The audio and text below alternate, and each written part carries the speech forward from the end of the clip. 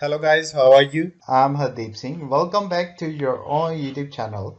IELTS updates and recent exams. For more updates related to recent IELTS exam writing test topics, listening, reading, practice test, and speaking, you got guesswork. Please, guys, participate in everyday listening and reading practice test to achieve your desired band score in your actual IELTS exam. Please hit the like and subscribe button. Press the bell icon for the upcoming notifications. Don't forget like, subscribe and share my YouTube channel and my Facebook page, IELTS updates and recent exams. Part 1. You will hear a conversation between two people, a student and a professor. The student is talking to the professor related to his scores, which are not up to the mark. You have some time to look at questions 1 to 5.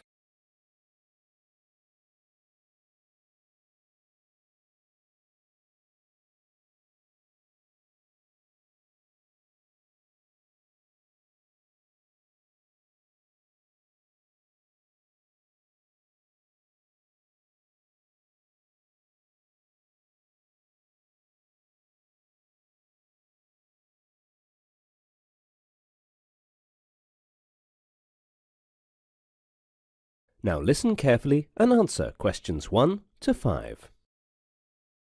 Good morning, ma'am. Can I have a word with you if you are free? Good morning. Yes, tell me. Ma'am, I'm unable to understand why my scores are so low, and despite the fact that I'd worked hard. I saw your marks. You did not score well in history and science. What is the reason? Are you facing any difficulty in the class, or are you unable to understand the respective subject teachers? No, ma'am, I've no problem in understanding in the class, and I do not take much leaves. I attend my classes regularly. My notes are always complete, and I sit in the front row of my class. Then where is the problem?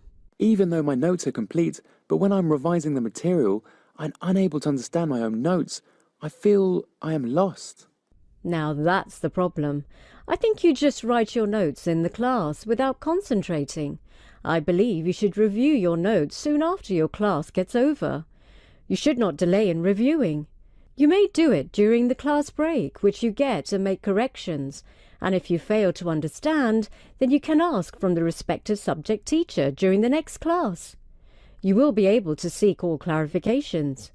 Basically, you should be connected with your notes on a daily basis. Don't give a gap. Such kind of follow-up will make your learning more consistent and confident. That is a very nice advice. I will surely review my notes on a regular basis. And also, I would like to tell you that I feel tired in the evening. I face difficulty in concentrating while studying. You should make a timetable and then study. Take a short break after every 1 or 2 hours. Never study continuously for more than 2 hours. Take small time out, and very important is that you should sleep for at least 7 hours daily, as it keeps your mind and body healthy. Rest will help you in removing clutters in your mind. I just didn't know about that. I think I've been exerting myself. Maybe that is the reason all my efforts are giving me no results. I will listen to your advice and make a proper time schedule, which will include 7 hours of sleep daily. Thank you so much, ma'am. You are welcome. Take care of your health and wish you all the best. Now you will hear a conversation between the professor and the counsellor. Look at questions 6 to 10.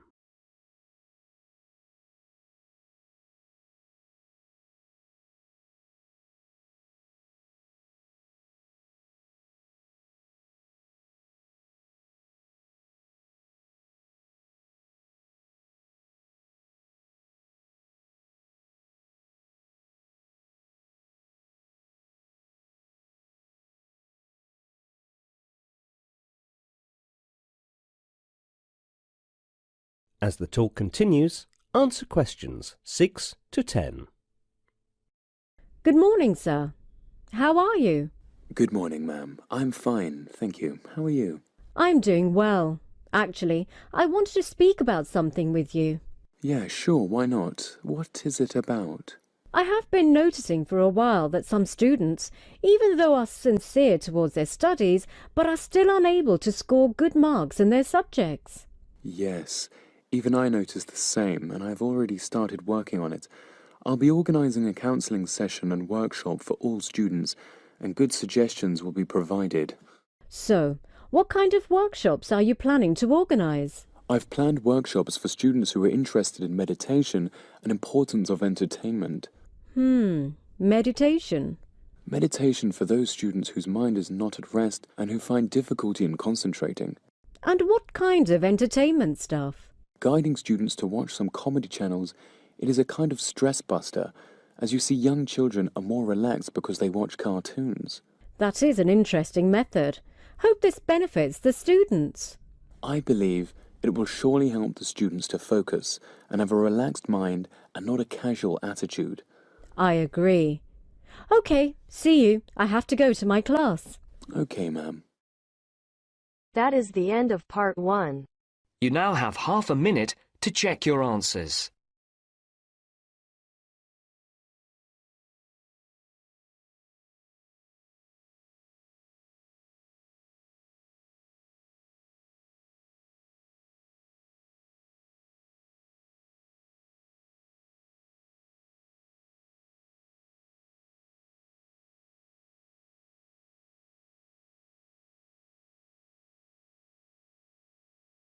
Now turns to part 2.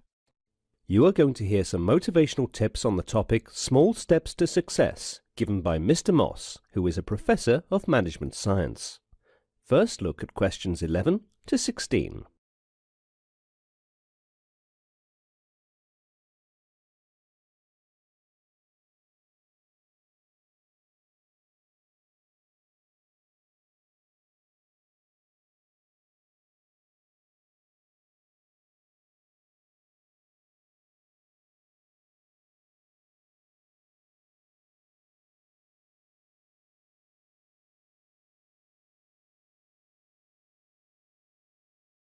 Now listen to the recording and answer questions 11 to 16. Too much success seems to come suddenly. When you observe others and what they have achieved, you usually don't appreciate what it's taken for them to get where they are. Ultimately, in failing to do this, you also fail to learn what it would take for you to attain the level of achievement and success. But if you take the time to truly think about it, you will find that success is usually only a small step away. Yet despite that, it eludes most people. It is always so near and yet so far.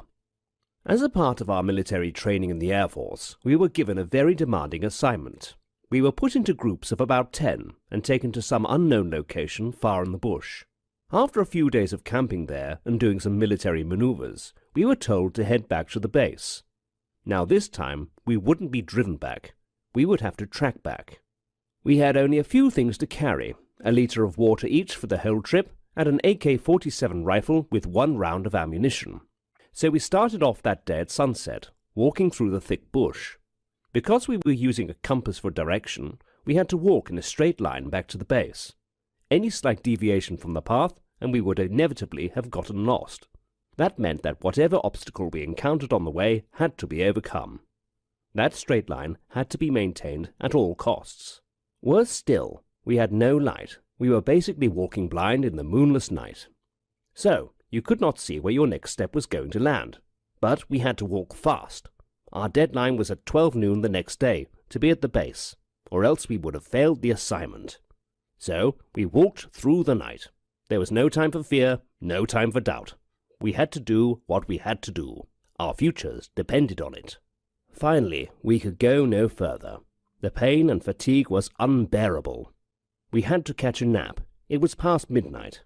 1 hour of sleep, all cuddled up like puppets for warmth, and then we moved on.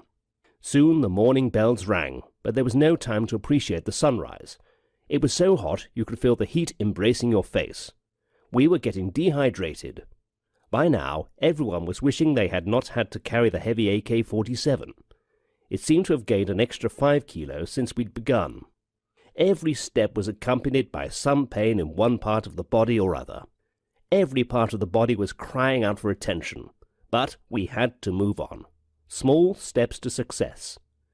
We were as dry and shriveled as prunes. We were a sorry sight for defense officers, but right then it was more about survival than about dignity. Finally, a few minutes to midday, we arrived at the base.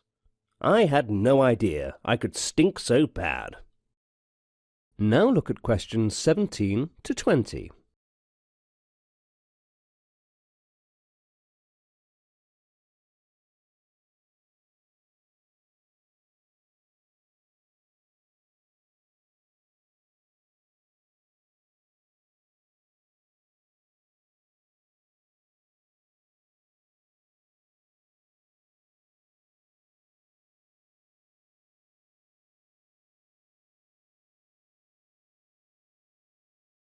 As the talk continues, answer questions 17 to 20.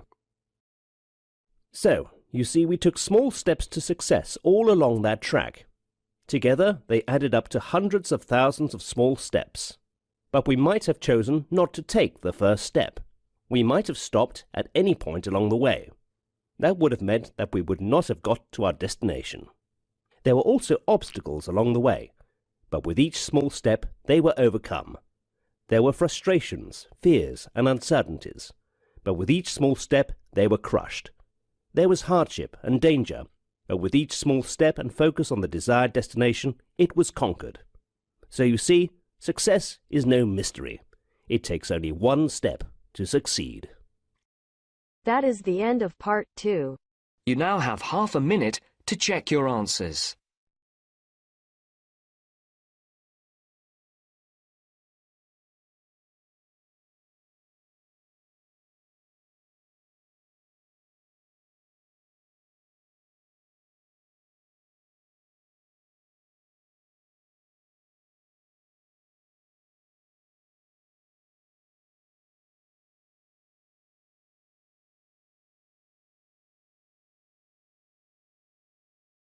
Now turns to part 3.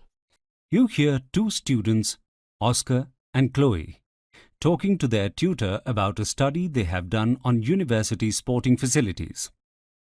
First, you have some time to look at questions 21 to 25.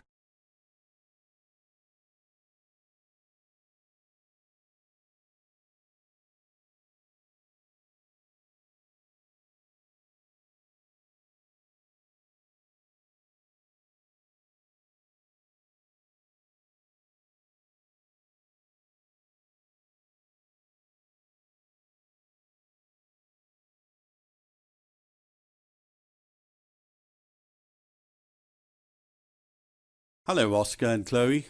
For the facilities planning part of the course, you decided to do your project on the university swimming pool. What made you choose this? It is one of the most expensive sporting facilities at the university to run. The university has never actually done any kind of study or survey on swimming pool usage, so we thought it could be useful for the university itself to have some data. Is that so? Perhaps it is because there would never be any question of closing the pool, so they have never had to justify its use. That's true, but as it is so costly to run, they may wish to find a donor to help with upkeep. It is very run down and probably needs a complete renovation. That's just our opinion, but it may be necessary to present possible donors with data in the future. You might be onto something there. The university could not get sponsorship from a sporting goods company or a large corporation that would not want to be associated with something that is not of high quality. We can talk about that in a moment. Firstly, how did you undertake your survey? Oscar and I spent a week at the pool asking questions to the users. We took it in turns, and one of us was there all day. We asked people how often they came to the pool, for how long, and what they did in the pool, and questions about the equipment and changing rooms. We have 600 completed surveys. It was difficult getting up to that number because the same people use the pool every day. So toward the end of the week, most of the people who came in were those who had already done the survey on earlier days. We really think we managed to interview nearly every swimmer. It's difficult to know because we only did head counts on the people that refused, but many of them agreed to participate in the survey on later days when they had more time. So, what were your basic findings? We estimate that around 600 individuals come to the pool each week. When multiple visits are taken into account, that's a total of 1,800 visits. The average swimmer comes 3 times a week and is in the pool for an hour. Peak times in the pool are between 6 and 8 in the morning and from 4 to 6 in the evening. Before you hear the rest of the conversation, you have some time to look at questions 26 to 30.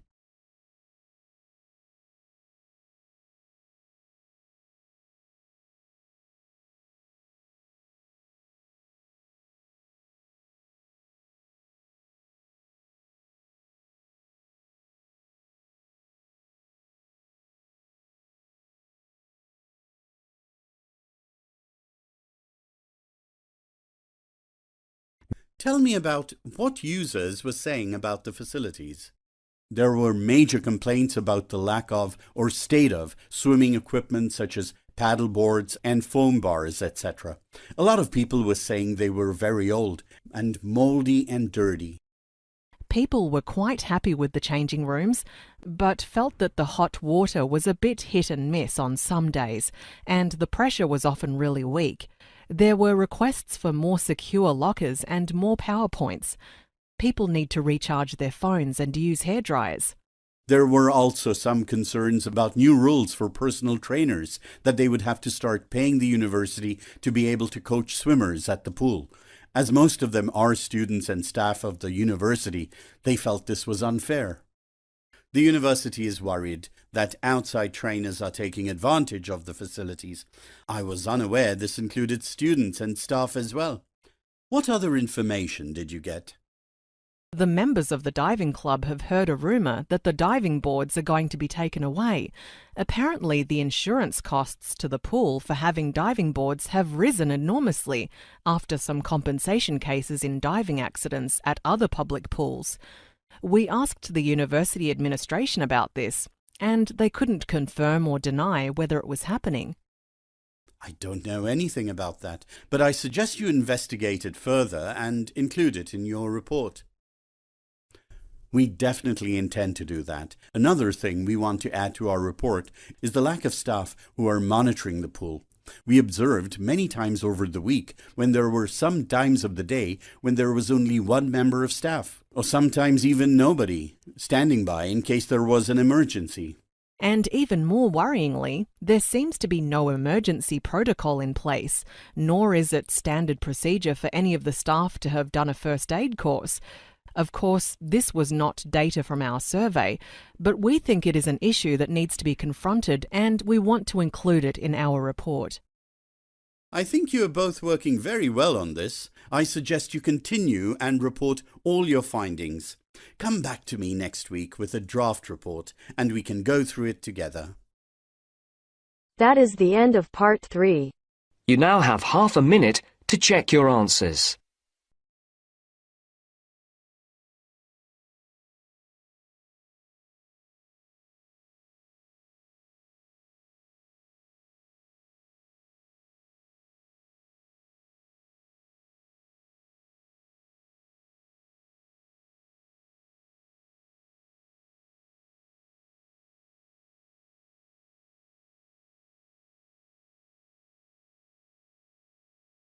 Now turns to part 4.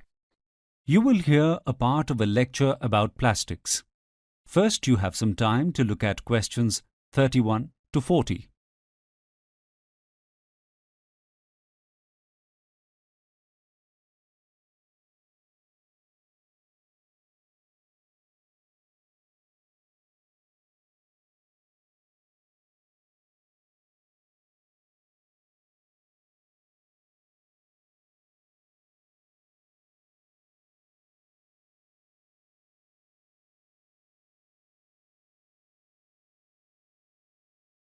The word plastic means pliable and easily shaped, and only since last century has it been connected with synthetic polymers.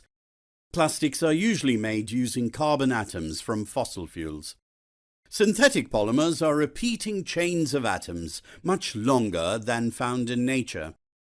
These long chains give the polymers their strength and also make them lightweight and flexible. John Wesley Hyatt created the first synthetic polymer in 1869 by treating cotton fiber cellulose with camphor. It was a plastic substance that was inexpensive to produce, could be made into a variety of shapes, and looked like ivory, horn, and tortoise shell. It was proclaimed as the saviour of the elephant and the tortoise. Leo Baekeland invented Bakelite in 1907 as an insulator, just as buildings were becoming electrified. It was an improvement on celluloid because of its resistance to heat and could be used for mass-produced products. Chemical companies started to create other types of polymers, such as nylon in 1935 and plexiglass in 1933. Both were used during the Second World War, and though it ended, the plastics industry still continued to grow. The 1950s were filled with new plastic products, and they were considered an inexpensive, safe, clean substance that pointed to a utopian future. In product after product, in every industry, plastic began to replace traditional materials. In the 1960s, the first plastic debris was seen in the oceans, and though there were some environmental concerns, the reliance on plastic continued until it became virtually impossible to avoid plastic in every part of life. Packaging, clothing, construction materials, kitchen utensils, baggage, shoes, and most of all, bottles were all made of polymers. In the 1970s, anxiety about waste and the use of fossil fuels grew. Plastic was of particular concern because it was not biodegradable. Plastic became a word that meant something was cheap or fake, and then superficial. In the 1980s, the plastics industry introduced recycling as a solution. Many municipalities collected plastic as part of their waste management services.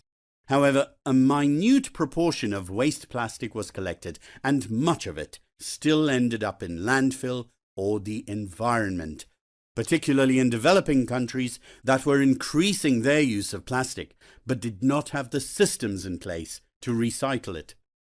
The symbol of plastic pollution is the Great Pacific Garbage Patch, which is an area the size of France that is a swirling, deep mass of plastics in the sea.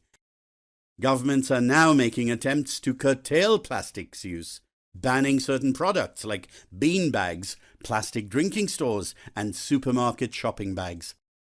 However, looking at a typical weekly shop from a supermarket reveals that 99% of the plastics bought are supermarket products, rather than the shopping bags you carry at home in. There are also concerns about the threat that plastics might pose to human health. Apart from the fears for the environment about the toxic additives that are used in the production of plastics, such as bisphenol A or BPA and phthalates to make them more durable and transparent, there is also concern about the amount of plastics that we are ingesting. It is believed that minute particles of plastic in the human body can affect hormone reactions and may even be associated with autoimmune diseases. Little is known about what the actual effects are and what it might mean for future generations. Even though plastics are abhorred for their negative effects on the environment and human health, their use still continues to grow in the development of computers, mobile phones, medical products, and other consumer goods, which have played a big part in raising the standard of living around the world. They are cheap, light, safe, strong, and are good insulators. Many possessions that we have would not exist without the availability of plastic, and it has replaced the use of animal materials such as ivory, leather, bone, and fur, and saved the felling of millions of trees. There is some hope to be found in more effective recycling programs and the development of bioplastics, which are made from plant products rather than fossil fuels, harking back to the early use of cellulose. The big hope for the future is that someone will soon come up with a sustainable, biodegradable alternative to plastic that will see plastics being used with great caution and only as a last resort. That is the end of part 4. You now have half a minute to check your answers. So guys, don't forget like, subscribe and share my YouTube channel and my Facebook page, IELTS updates and recent exams. For more updates related to recent IELTS exam writing as topics, listening, reading, practice test and speaking, you got guesswork. Please guys, participate in everyday new IELTS listening and reading practice tests to achieve your desired band score in your actual IELTS exam. For more IELTS material, visit my official website www.ieltsupdatesandrecentexams.com. The link is given below in the description. If you need PDF files of latest IELTS material, then please join my Telegram channel. So guys, please write your score below the comment section. Again, thanks for listening. God bless you all guys. Stay tuned, stay safe.